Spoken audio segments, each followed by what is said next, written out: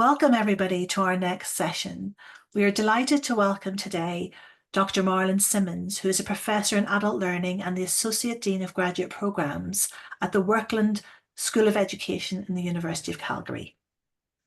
Dr. Simmons' Notes from the Diaspora of 2023 is a study of Black life and asks how the study of Black life becomes a field of knowledge that is institutionalised and at the same time forming epistemological modes of inclusion and exclusion within the academy. These questions are really pertinent to how we think about approaching Equiano and other Black Atlantic lives. Notes from the Diaspora tends to these distinctive forms of Black life as they become situated within particular socio-cultural networks, institutions, organisations, and community establishments, conveying bearings generative of synergies in the quest of solidarity through diasporic memory. The book draws from a wide range of scholars, including Frantz Fanon, Claudia Jones, Sylvia Wynter, and C.L.R. James, as well as W.E.B. Du Bois, among other social theorists, to situate intellectual discussions regarding diasporic identities. Thank you and welcome. Okay, thank you, Dr. Sinanan. Much appreciated. Okay, so today I'd like to share some reflections which I've titled Notes on Equiano. And I want to begin in a good way with land acknowledgements, right? To situate myself on this land and share how I come to know. As an expression of gratitude to the First Peoples who reside in Mohkinstsis, and in honor of Indigenous peoples who've lived and continue to live and work on Mohkinstsis, I recognize the presence of the land lends to relationship building with people, earth, the animals, and plant life. Intimate relations with the land can lend to understanding the historical presence of place. Relationships with the land invite us to think about what does it mean to have an ethical relationship with the now, the previous, and the future. It involves doing the difficult work of reconciliation regarding learning and living from, with, throughout, and against colonial histories. Presently, I live on the land where the Bow River meets the Elbow River, the traditional Blackfoot name of Mohkinstsis, which is now called the City of Calgary. I respectfully acknowledge I'm located on the traditional territories of the people of Treaty 7 region in southern Alberta, which includes the Blackfoot Confederacy comprising of the Siksika, Piikani, Kainai First Nation, Tsuut'ina First Nation, and the Stoney Nakoda, including Chiniki, Beespo, and Good Stoney First Nation. The City of Calgary is also home to Métis Nation of Alberta, Districts 5 and 6. I also like to thank Dr. Kerry Senanan, Dr. Desha Osborne, and the organizing team of Global Equiano for providing this platform and in a sense allowing me to think aloud and share my thoughts regarding Equiano and diasporic life, okay? So in thinking through the interesting narrative of the life of Wulada Equiano, or Gustavus Vassa, the African written by himself, I'm very much cognizant of the ongoing queries regarding the authenticity of the text. So tonight, with my reflections, my methodological approach is in a sense with thinking through the text as an archival curation of memory and experiences to attend to the historical present. So that's more of like an ethical guideline regarding some of the thoughts and sharing. So I'm thinking through the idea of livingness to make sense of the conditions and quality of life emerging through the Caribbean diaspora. And I'm curious about the ways in which Black life comes into self-determination through the continuous absorption and withdrawal of narratives of the Black diaspora. I'm thinking of Black life as temporal, which epistemologically situates through place and time interruptions to anti-Blackness. I'm asking, how might Equiano help with making sense of what it means for Black life to belong in the context of the Americas, when historically belonging becomes situated to the archetype human of Euromodernity? So with reading Equiano, I'm left thinking about the circumstances through which Black life comes together, remains whole, although sometimes fragile under these colonial historical pressures, to produce public forces constitutive of knowledge, different subjectivities, and multiple nodes of knowing, doing, and being. I'm interested in how connections with place come to be, and what social networks are formed, dissolved, or made sustainable through Black life. And how might we come to know forms of Black life as outside the circumscription of Western exceptionalism? At the same time, what do these relationships mean for the colonial enactments? But I'm also thinking through the work of Caribbean intellectuals, right? So along reading with Equiano, I'm thinking through the work of Caribbean intellectuals like Sylvia Wynter, C.L.R. James, Frantz Fanon, regarding the continual disavowal, debasement, devaluing, and prohibition of Black life. In a sense, how through the unfreedoms of freedom, we see particular possibilities emerging regarding the humanism of Black life that is outside the colonial encounter of Euromodernity, right? And I think this brings me to a driving question that I always struggle with, to get a sense of what is outside the colonial encounter, and what is the type of mind work needed when making these moments intelligible and recognizable. So I've been working through some of those moments. But if we are thinking of Equiano's life as imbued through difference, through history, politics, transoceanic place, ways of becoming legible, questions of spirituality, belonging, language, public memory, we in a sense can think of Equiano's life as a conceptual frame, as an organizing analytic for understanding global and local economic dynamics of Black life in relation to the land, right? I think that's an important conversation.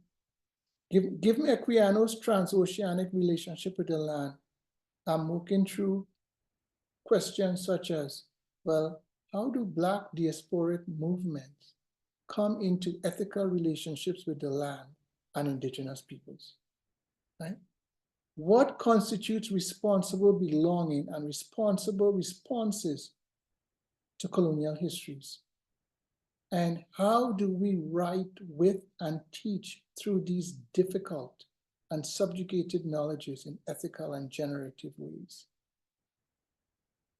So in terms of thinking through Equiano as this organizing analytic and conceptual framework, I'm concerned with what can be achieved by engaging in a dialogue regarding which particular social theories are given institutional currency, and how these social theories come to reside within educational institutions, and how these endowed social theories frame our ways of discussing and knowing Black life. I'm also thinking of the historical ways in which education has been conceptualized, concomitantly installed, and arranged, right, through particular traditions of learning, research, and the canonized text, right? And a question I've been working through is, what knowledge becomes institutionalized, made durable, installed with epistemic currency, and bequeathed with social capital, right? So I want to be thinking through Equiano to make sense of these moments. So if Equiano puts our minds on decolonization, how then a text as fashioned through Black life and indigenous ways of knowing, made to coalesce or break with historical nation-building narratives regarding belonging, And here I'm marking ideas of this singular narrative of belonging to a nation, one driven through time, conquest, and foundational knowledge, one bound by a way of Equiano's colonial environment as a limiting condition of Black life. So I think what Equiano invites us to consider is how colonial narratives of modernity and specific instances of history enact diasporic realities, and how different narratives of humanism ought to drive our social imaginaries. To consider, in a sense, an ethical response for our teaching and learning practices within the classroom regarding striving for relational accountability, reciprocity, and reconciliatory practices when working to configure ideas, sensibilities of belonging, and emancipatory ways of knowing, doing, and being.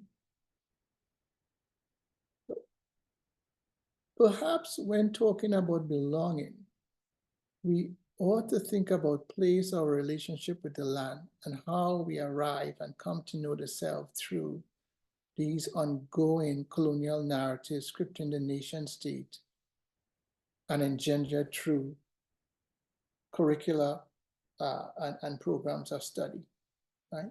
Because relationships to place, relationships to the land, and relationship to cultural history form, I think, incommensurable ways of knowing, which give rise to multiple realities ensconced within diasporic lives.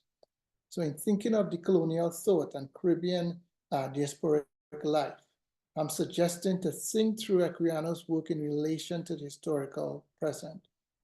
I'm suggesting the mind work that emerges here ought to tend to historical relationships with indigenous peoples, right? Black life, to get a sense of the ways in which one is implicated with ongoing conditions of colonialism in our schools and respective societies, right?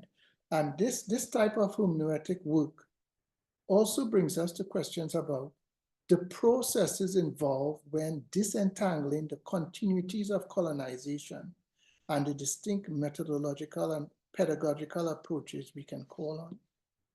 So what I'm working through here when reading the narrative of the life of Equiano is with acknowledging history is written from different experiences, epistemological assumptions, and philosophical paradigms as culturally shaped through diasporic embodiment of time and place. And here I'm working through three distinct moments. One, which confronts history as a signifier of Blackness, resulting materially in disenfranchisement, debasement, and devalued forms of representation of Black life, let's say through text, through stories, and these narrative genres brought into classroom and mainstream public spheres. The second moment speaks to disjunctures governing the historical beliefs, customs, values, and culture of Black life, as these moments congeal through shared histories of the Middle Passage. And thirdly, epistemological interest that continuously negates knowledge residing from Black geographies and limits Black people's access to quality of life. Right, so those are the three distinct moments I'm working through. And with that, with those moments, I'm reminded by Fanon's words that every human problem must be considered from the standpoint of time,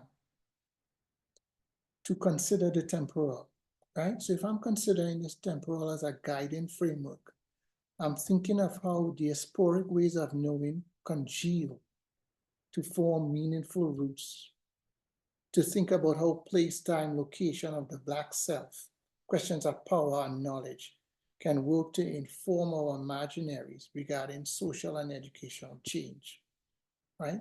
How a different humanism, different futures could be imagined, right? And materialized for historically oppressed people.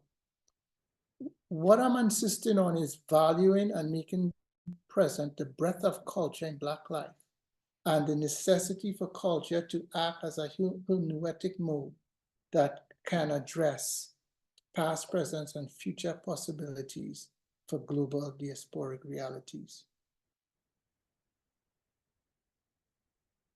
If we are thinking of different ways of living in this world, if we are thinking of decolonial teaching and learning practices, and as contested as they may be, tapping into Equiano's memory regarding resistance, survival, self-determination, what it means to be free, what it means for Black life to be human, tapping into Equiano's memory and experiences can help with reconfiguring our epistemological systems in divergent ways to colonial orders.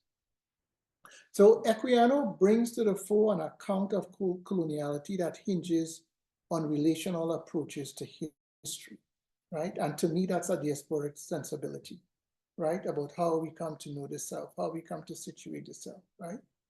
So place, therefore, as bound by colonization, bound by alienation, expropriation, bound by ideas, moments, material, social material moments of disenfranchisement, dehumanization, right? Place then has come to bear what it means to belong and what ideas of being human are made possible for Black life. Yet Equiano's thinking concerning the intellectual experiences of Black life invites a re-signification of history, which duly calls for constitutive articulations and gestures of representation and Black subjecthood that differ itself from these, historical, sedimental, colonial meaning-making measures denoting Black life in particular public spheres, right? I'm suggesting the colonial thought as method compels a hermeneutic rendering of how diasporic ways of being make intelligible discursive formations of race to mark modes of oppression, forms of inequity, and communities of solidarity. And I think that, and Equiano is important here, that given the relational ontologies ensconced within Black life, that is the nature of reality embodied within Black life as constituted through these myriad underlying ways different Black communities come to know, then one of the challenges faced is being cognizant of the diverging and converging roots to solidarity. And I think this is important to our teaching practices. And these roots to solidarity demand that Black life get to some form of understanding of the self as shaped through these complex, intertwined histories of colonization in the diaspora. I'm also thinking of the life of Equiano as a field of knowledge, okay? And to what extent will writing Black life in the context of Black Canadian studies be supported as an intellectual and academic field, right? I think that's a ongoing, relevant, present conversation for educators at this point. For many Black students are seeking dialogue regarding questions of race, racialization processes, questions of Black life, particular anti-Black racism, and how these movements form constitutive relations to capitalism and ongoing movements of racism. Right? So, and then underpinning these conversations, we have this search for the flourishing of Black life and how Black communities have been colonially positioned in society and what the emerging material outcomes are from such a positioning, right? So the idea of a material outcome, I think, is very much interstitched in the conversation. The precariousness of Black life remains constantly in question and surreptitiously marked, right, within the nation state through certain forms of surveillance, right? And I'm going to wrap up here now. That thinking through the life of Equiano allows for an intellectual field where decolonial ideas regarding what it means to be human provides places to trouble historical racial sensibilities of the nation state, to, in a sense, offer ethical questions concerning community and belonging as constituted through difference in the context of Tutu Island. That's I'm thinking through that sphere, right? The context of Tutu Island, if I'm situating the land. So Equiano's writing, a future for the flourishing of Black life, involves asking, and I'll close with this question: what types of belonging are made possible, and through which political philosophies are these futures of belonging being materially curated? Okay, so that's what I have for today. I just want to say thank you. Appreciate it.